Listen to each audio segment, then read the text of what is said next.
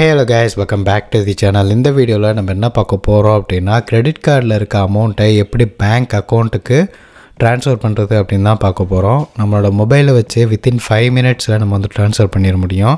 So அது எப்படிங்கிற step by step ப்ராசஸை இந்த வீடியோவில் நான் உங்களுக்கு வந்து காட்டுறேன்.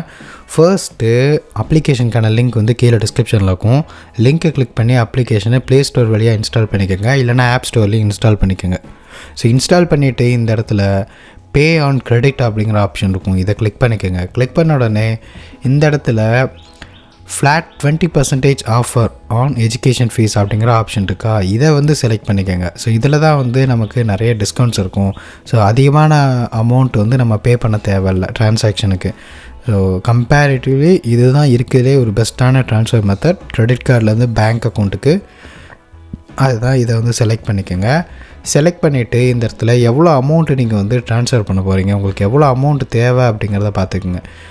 அப்படியே அந்த அமௌண்ட் என்ட்ரு பண்ணிவிட்டு எந்த பேங்க் அக்கௌண்ட்டுக்கு நீங்கள் அனுப்ப போகிறீங்க அப்படிங்கிற அந்த பேங்க் அக்கௌண்ட்டோட நம்பர் இல்லைனா யூபிஐடி கூட என்ட்ரு பண்ணிக்கலாம். அப்புறம் அக்கௌண்ட் நம்பர், ஐஎஃப்எஸ்சி கோடு, பெனிஃபிஷியரி நேம், அதாவது அந்த பேங்க்கோட நேம், பேங்க்கில் கொடுத்துருந்த நேமு ப்ளஸ் அவங்களோட பேன் கார்டில் என்ன நேம் இருக்கோ அந்த நேம், சரிங்களா? ஸோ இந்த 2 நேமும் கரெக்டாக இருக்கா அப்படிங்கிறத பார்த்துக்குங்க. ஸோ 2 நேமும் கரெக்டாக இருக்குது அப்படின்னா ஓகே கொடுங்க. கொடுத்த உடனே ஃபர்ஸ்ட்டு இந்த இடத்துல உங்களோட மொபைல் நம்பர் என்ட்ரு பண்ண சொல்லுவாங்க. இது எதுக்காக அப்படின்னா அப்ளிகேஷனில் ரிஜிஸ்டர் பண்ணுற ப்ராசஸ் தான். ஸோ மொபைல் நம்பர் என்ட்ரு பண்ணி ஓடிபி போட்டு ரிஜிஸ்டர் பண்ணிக்கோங்க.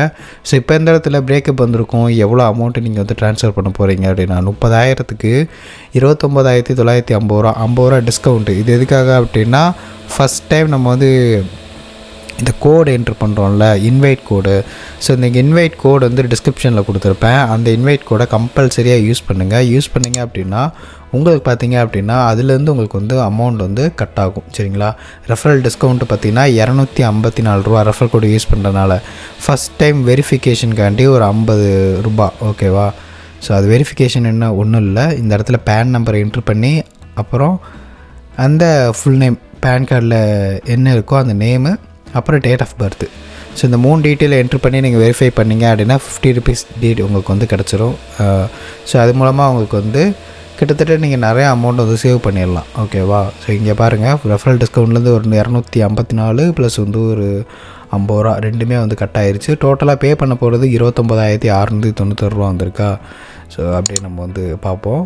இந்த இடத்துல நீங்கள் வந்து கார்டு டீட்டெயிலை வந்து என்ட்ரு பண்ணுங்கள், ஓகேவா? எந்த கிரெடிட் கார்டிலேருந்து நீங்கள் பேங்க்குக்கு ட்ரான்ஸ்ஃபர் பண்ண போகிறீங்களோ அந்த கிரெடிட் கார்டோட card number, expiry date, card holder name, CVV, சரியா? ஸோ இதை கரெக்டாக வந்து என்ட்ரு பண்ணிக்கோங்க. ஸோ இது மோஸ்ட்லி உங்களோடதாக தான் இருக்கும், உங்கள் கிரெடிட் கார்டு தான் இருக்கும். அமௌண்ட் அனுப்புறது நீங்கள் வேறு பேங்க் அக்கௌண்ட்டுக்கு அனுப்பலாம். யாரோட பேங்க்னாலும் சரி, அவங்க பேங்க் அக்கௌண்ட்டுக்கு அனுப்பணும். ப்ளஸ் அதுக்கு நீங்கள் என்ன வச்சுருக்கணும்னா அவங்களோட பேன் டீட்டெயிலை கரெக்டாக வச்சுருக்கணும், ஓகேவா? இல்லை நீங்கள் உங்களுக்கு தான் அனுப்புகிறீங்க அப்படின்னா உங்கள் டீட்டெயிலாக கரெக்டாக என்ட்ரு பண்ணிடுங்க. ஏன்னா நேம்லேருந்து மிஸ்மேட்ச் ஆகக்கூடாது. மிஸ்மேட்ச் ஆச்சுன்னா வெரிஃபிகேஷன் வந்து கம்ப்ளீட் ஆகாது பேன் கார்டில். அப்படி ஆகலை அப்படின்னா அமௌண்ட் வந்து ட்ரான்ஸ்ஃபர் ஆகாது, ஃபெயில்ட் ஆகிடல, நம்ம யூஸ் பண்ண முடியாது. ஸோ இப்போ கன்வீனியன்ஸ் ஃபீஸ் வந்து பார்த்திங்கன்னா 937 ரூபா. ஸோ இதுதான் நமக்கு ஆக்சுவலாக வர வேண்டியது, ஓகேவா? இப்போ நம்ம 30,000 ரூபா ட்ரான்ஸ்ஃபர் பண்ணும்போது நமக்கு ஆக்சுவலாக வர வேண்டிய அமௌண்ட்டு பார்த்திங்கன்னா 937 ரூபா தான் நம்ம பே பண்ணணும் எக்ஸ்ட்ரா. ஆனால் அதை நம்ம வந்து கட் பண்ணுறோம். எப்படின்னா இந்த இடத்துல ஃபஸ்ட் டைம் வெரிஃபிகேஷனுக்கு ஒரு 50 ரூபா கட் பண்ணிடுறோம். ப்ளஸ் ரெஃபரல் டிஸ்கவுண்ட் மூலமாகவே 468 ரூபா டிஸ்கவுண்ட் ஆகிடுது. ஸோ இப்போ பார்த்தீங்க அப்படின்னா ஓவராலாக நீங்கள் பே பண்ண வேண்டியது கன்வீனியன்ஸ் ஃபீஸ் பார்த்தீங்கன்னா 494 ரூபா தான்.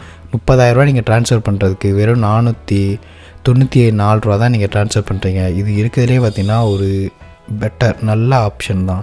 ஏன்னா 30,000க்கு 500 ரூபா அப்படிங்கிறது பெரிய அமௌண்ட்டே கிடையாது. ஸோ நீங்கள் எங்கேயாவது லோன் எடுத்தீங்க அப்படின்னாலே அது பெரிய அமௌண்ட்டாக தான் இருக்கும். கிட்டத்தட்ட பார்த்திங்கன்னா ஒரு 1000 ரூபாய்க்கு பக்கத்தில் வந்துடும். நான் கம்மியான அமௌண்ட்டு சொல்கிறேன், 1000 ரூபா பக்கத்தில் வந்துடும். ஸோ அப்போ இங்கே கிரெடிட் கார்டிலேருந்து நீங்கள் இங்கே ட்ரான்ஸ்ஃபர் பண்ணுறதுங்கிறது உங்களுக்கு கம்மியான ஃபீஸ் தான். எமர்ஜென்சிக்கே நீங்கள் இதை யூஸ் பண்ணிக்கலாம். ஸோ இதை கிளிக் பண்ண உடனே உங்களுடைய அந்த பேமெண்ட் கேட்வே, அதாவது நீங்கள் என்ன கிரெடிட் கார்டு வச்சுருக்கீங்களோ அந்த கிரெடிட் கார்டோட பேமெண்ட் கேட்வே பேஜுக்கு போகும். அங்கே நீங்கள் உங்களோட மொபைல் நம்பருக்கு ஒரு ஓடிபி வரும். நீங்கள் கிரெடிட் கார்டுக்கு கொடுத்துருப்பீங்களா மொபைல் நம்பர், அந்த மொபைல் நம்பருக்கு ஒரு ஓடிபி வரும். அந்த ஓடிபி இந்த இடத்துல என்ட்ரு பண்ணி சப்மிட் பண்ணிங்கன்னா வித்தின் ஒரு 5 மினிட்ஸில் அந்த அமௌண்ட்டு உங்களோட அக்கௌண்ட்டுக்கு ட்ரான்ஸ்ஃபர் ஆயிரும். அவ்வளோதான், சிம்பிள். ஸோ இது ஒரு ப்ராப்பரான வே, யூஸ் பண்ணிக்கோங்க. ஸோ இதில் ஏதாவது டவுட்ஸ் இருந்துச்சுன்னா கமெண்ட்ஸில் கேளுங்க. நெக்ஸ்ட் ஒரு சூப்பரான வீடியோவில் பார்க்கலாம். பாய்.